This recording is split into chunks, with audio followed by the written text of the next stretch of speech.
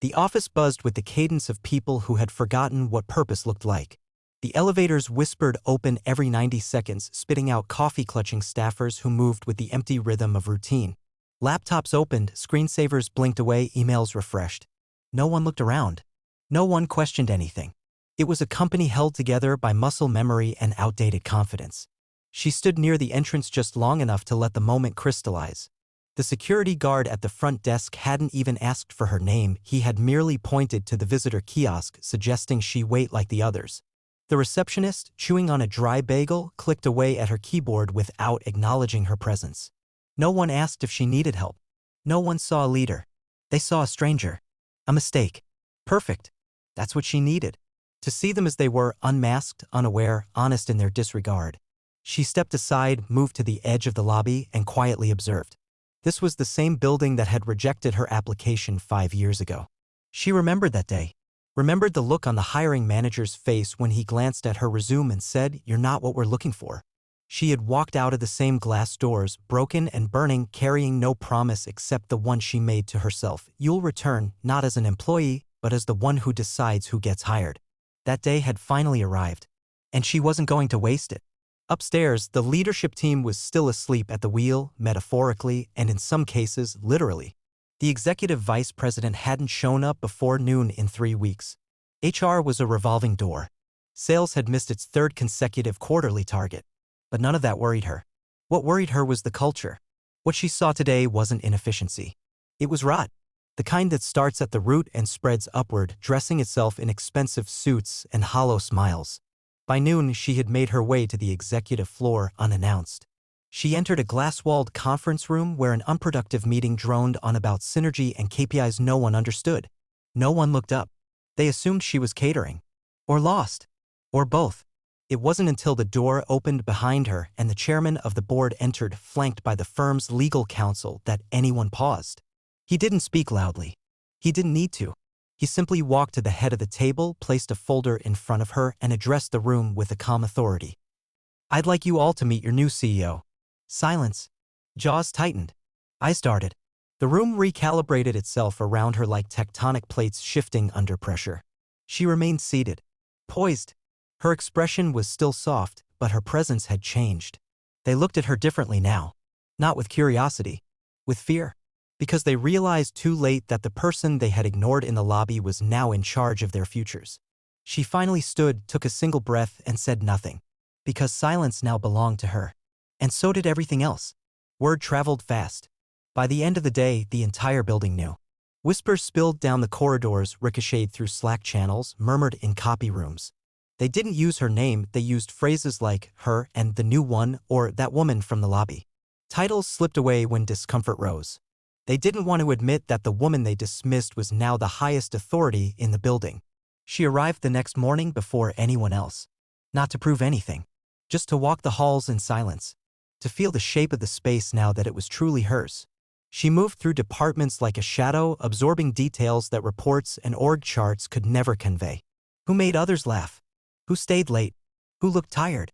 Who avoided eye contact? By 9 a.m., the air was thick with forced smiles and rearranged schedules. People who usually rolled in late suddenly showed up early. Department heads pulled out neglected suits. HR sent a memo about reaffirming workplace values as if the arrival of a black woman in power required a redefinition of professionalism. She said nothing. She didn't need to. Her presence was a test and people were failing. That week, she called no formal meetings. She didn't sit behind the desk reserved for CEOs. Instead, she walked, listened, took notes. She didn't quote strategy books or give speeches. She observed how managers spoke to interns when they thought no one was watching. She watched executives dismiss concerns from entry-level staff. She listened in break rooms where whispers turned venomous and false smiles dropped like cracked porcelain. The resistance wasn't loud. It was cowardly. One executive scheduled urgent meetings at the same time as her walkthroughs. A mid-level manager kept introducing her as a consultant to avoid naming her title. A VP forwarded a passive-aggressive email thread to the board questioning her tone. These people weren't defending tradition. They were defending their privilege. And her presence exposed how much of it had gone unchecked. But she didn't retaliate. She documented. Because change doesn't begin with demolition. It begins with clarity. Her first move was subtle. She reinstated the exit interview program quietly, discreetly with a trusted external firm. Then she reviewed every departure from the last 2 years. Patterns emerged. Talented women, especially black women, had fled the company in waves. Some had never even lasted past their probation periods. She tracked the managers responsible. They all had one thing in common. They had smiled in her face on day one. She called a private meeting with the board at the end of the week. No fanfare. No invitation for opinions. Just a report.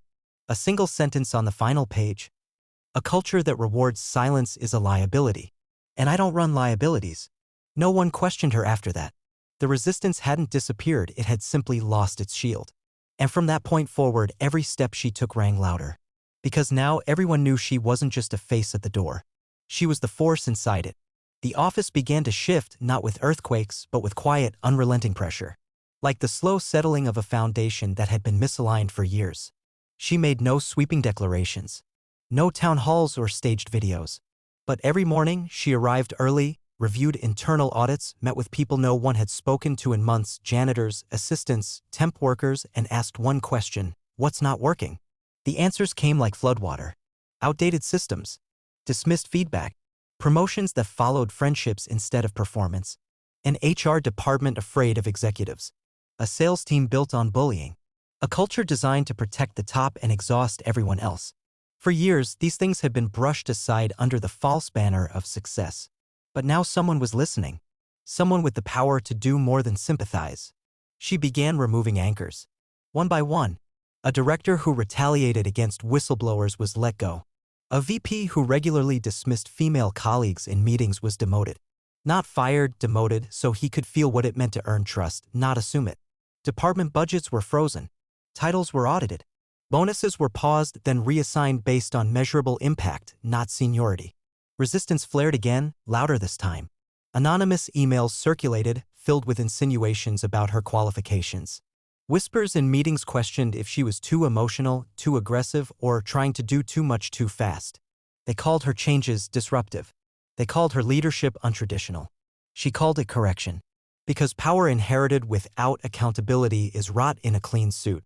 And she didn't come to repaint the building. She came to rebuild it. On a Thursday afternoon, she gathered a team of junior staff, mostly women, mostly people of color, and brought them into the executive conference room for the first time. She sat at the head of the table, not above them, but among them. The walls were lined with portraits of past CEOs, all identical in skin tone and posture. She didn't ask for permission. She ordered the portraits to be removed the next day. In their place, she instructed the office designer to install a wall of contributors' photos of employees who had built the company from the ground up. Often invisibly over the last 20 years. For the first time, the company would reflect the people who kept it alive. Her changes rippled outward. A quiet intern became the new head of marketing within 3 months. The office finally offered paid parental leave. A compliance officer, long overlooked, flagged a financial loophole that saved the company millions. A woman from reception pitched a community outreach program that doubled local engagement. The company wasn't just changing. It was healing. Not because one person came in with power, but because she used that power to make space.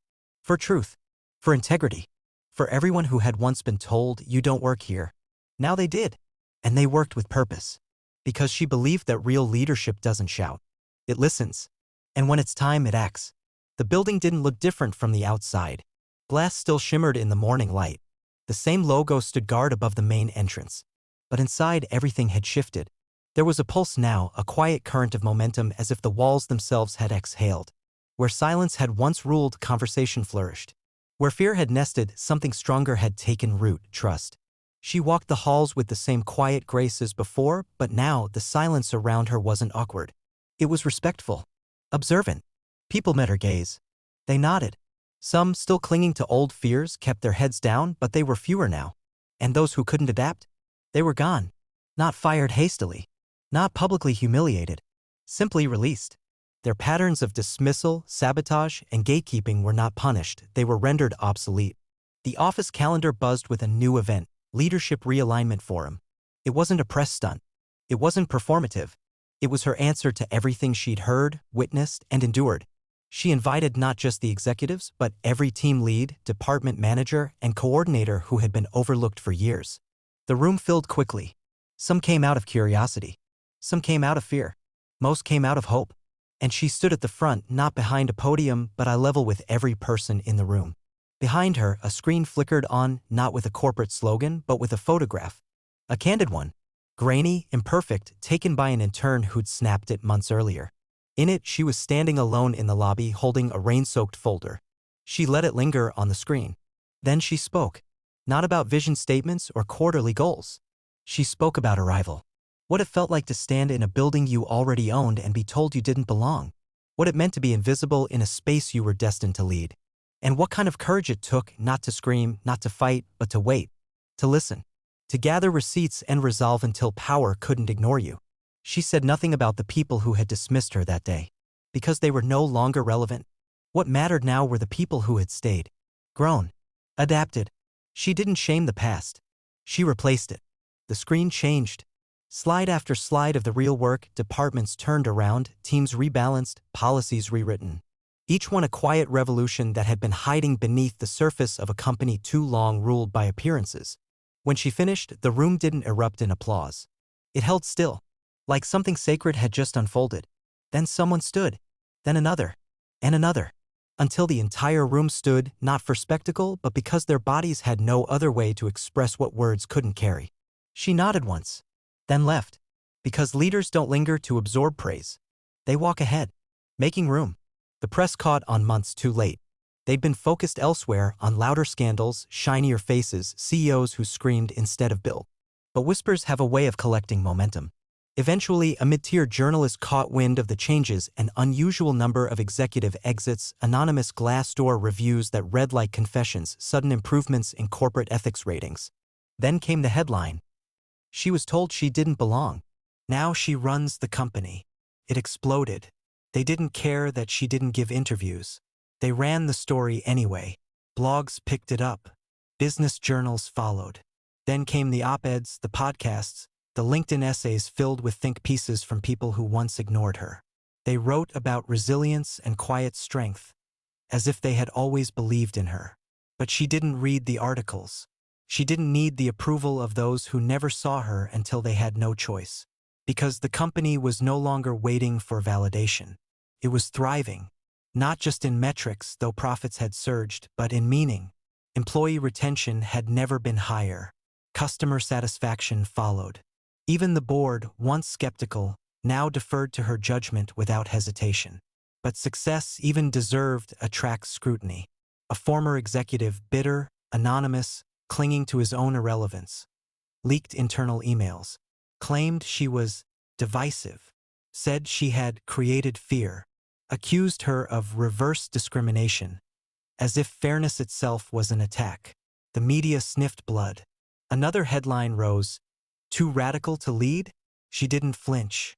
She held a closed-door meeting with the board, laid out every audit, every step, every justification. Then she handed each director a sealed envelope. Inside was a letter of resignation. Not hers, theirs. It was a test, not a threat. She told them, if they couldn't stomach transparency, integrity, and redefinition, if they wanted the old model of hollow power, then they could leave. Quietly, respectfully. The company would go on without them. No one opened their envelope. They stayed. Because she wasn't just running a company.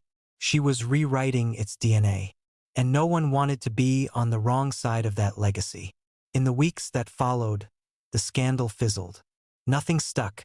Too much proof. Too much truth. The former executive was forgotten before his story finished trending. The building, once cold and arrogant, now pulsed with purpose. Interns walked the halls with confidence. Meetings began with voices that had once been silenced. Promotions were earned, not inherited. Mistakes were addressed without shame. Innovation returned not as a buzzword, but as a pulse. And through it all, she never changed her pace. She moved as she always had, deliberate, calm, observant. The only difference? Now, the entire company moved with her. There was no ribbon-cutting ceremony, no confetti, no viral video declaring her reign. The final transformation of the company didn't arrive as an event. It arrived as a standard, quietly, fully. without room for reversal. 6 months had passed since the first headlines. A year since she stepped into the lobby and was told she didn't belong. And now that very lobby bore her name, subtly, modestly, in a framed quote above the welcome desk. Power is not in who speaks loudest. It's in who listens longest. Visitors paused before it. Interns pointed to it in whispers. Executives now recited it to remind each other what leadership looked like. Not because they had to, but because they understood they were part of something greater now. Something cleaner, sharper, realer. She sat in the CEO's office for the first time on a cloudy Wednesday. Not because she finally claimed it, but because she'd been invited in by the people who rebuilt it with her. The office had changed. Gone were the leather-bound chairs and glass trophies. The massive desk had been replaced with a shared table. Behind it stood a wall of framed portraits, not of past CEOs, but of the new advisory council. An intentionally diverse mix of employees elected by their departments to sit at the table quarterly and vote on key changes. Because she didn't just want a voice at the top. She wanted many. A journalist, once skeptical, asked her quietly in an off-the-record meeting, "How does it feel to finally win?" She had smiled, not bitterly, but with the weight of someone who knew too well what it cost to arrive here. It wasn't a victory. It was a restoration, of dignity, of purpose, of everything that had been stolen from her by assumption, by prejudice, by cowardice dressed as protocol. The final proof of that came not in profits or headlines, but in a handwritten note slid under her office door one morning. It read, "I used to walk past you in the lobby and not see you. Now I hope to become more like you. Thank you for making space." No signature, no title, just ink and humility. She kept the note tucked inside her notebook, not as a reminder of who she was, but of what the company had become. Because the truest measure of leadership is not how high you rise, but how deeply you change the ground you stand on. And now that ground was firm, clear, shared. She rose from her desk, stepped into the hallway, and joined the rhythm of the people she led, not above them, not behind them, but beside them. And this time, when she walked through the building, no one asked if she worked there, because now her presence defined it.